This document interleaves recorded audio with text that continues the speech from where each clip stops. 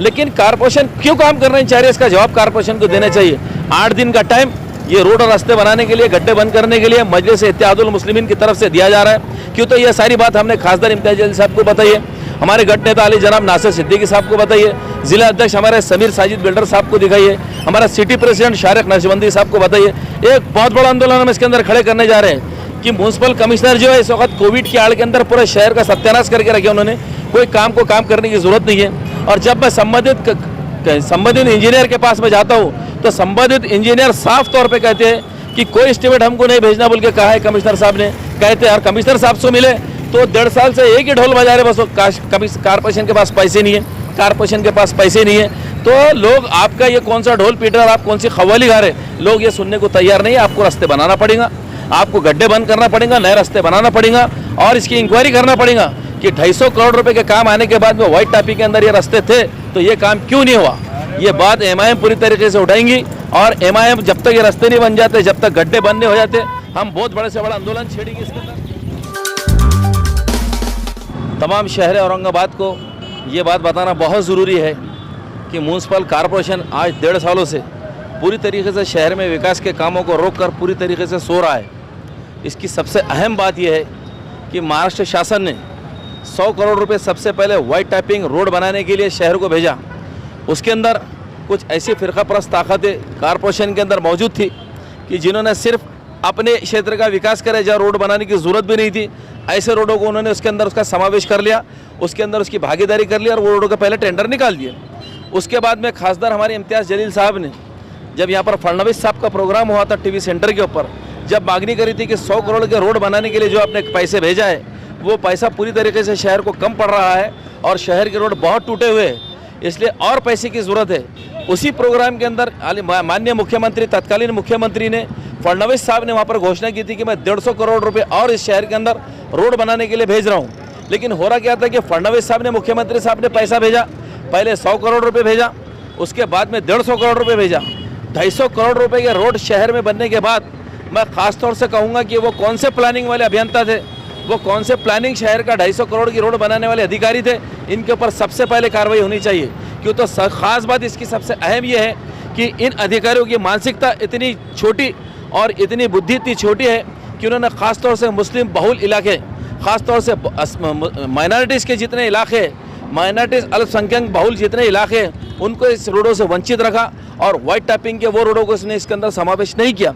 जैसे चेलीपुरे से रोशन गेट को जो रास्ता जा रहा है तो आप देखेंगे निशान दरगाह से लेकर तो चंपा चौक तक टोटल रास्ता 1.5 साल से टूट के पड़ा हुआ है। इसकी बार बार मैंने बात कंसर्न यहाँ के अभियंता को की है, वार्ड जोन नंबर 3 के अभियंता जनाब भोए साहब से इसको बार बार ला के विजिट कराई है और बाद में आज तक ना तो रोड गड्ढे बंद करने का काम हुआ और ना ही रोड को नए तरीके से बनाने का काम हुआ। उसके बाद में आप चंपा चौक से लेकर तो दमड़ी महल तक जाएंगे तो दोनों साइड के रास्ते 100 फीट के पूरी तरीके से टूटे हुए और कॉरपोरेशन बिल्कुल कुंभकर्ण की नींद सो रही है, रोड बनाने को तैयार नहीं है। आप उसी तरह चल जाएंगे कायनात होटल से लेकर तो कटकट गेट तक का पूरा रास्ता ये भी पूरी तरीके से टूटा हुआ है। उसी तरह चंपा चौक से लेकर तो जिनसी चौराहे तक ये पूरा रास्ता टूटा हुआ है। क्या वजह है, मैं पूछना चाहता हूँ म्यूनसिपल कमिश्नर साहब से कि आप मुस्लिम एरिया के अंदर आप काम करने से क्यों रोक रहे हैं और क्या आपकी इच्छा नहीं है मुस्लिम एरिया में काम करने की, आप इसका खुलासा कीजिए। 250 करोड़ रुपए जब आने के बाद में इतना वीआईपी रोड तुमने लाखों करोड़ रुपए खर्चा करके बनाया है, 100 फीट का दमड़ी महल तक का ब्रिज बनाया है आपने करोड़ रुपए खर्चा करके, फिर वो रोड क्यों नहीं बना रहे? क्या सिर्फ मुस्लिम समुदाय के लोग आसपास में रहते, ऐसी कोई मानसिकता वहाँ पर काम कर रही है कि आपने तय कर लिया कि रोड नहीं बनाना है?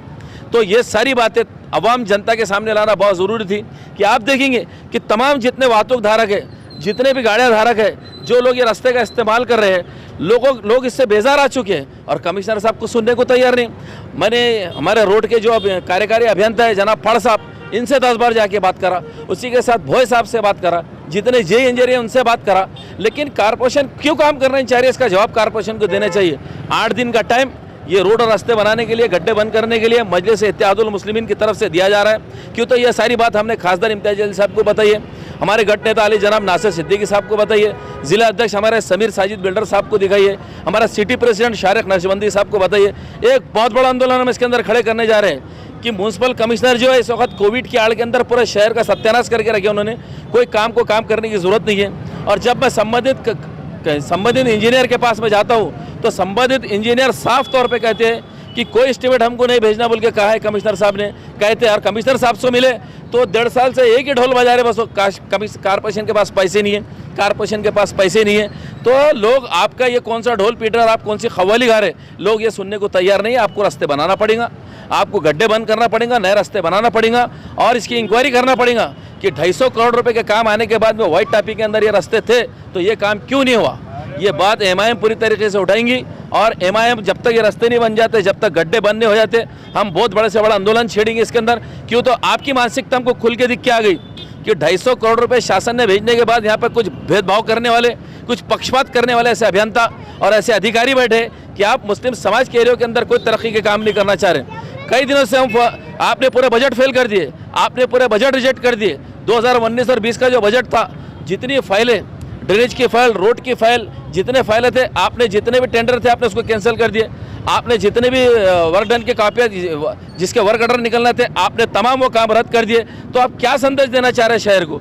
आप साफ तौर पर या तो एक काम करो, कारपोरेशन को ताला लगा दो, तो आप कारपोरेशन के अवाम उनसे उम्मीद भी नहीं रखेंगी और आपसे आके कोई मांगनी भी नहीं करेंगे।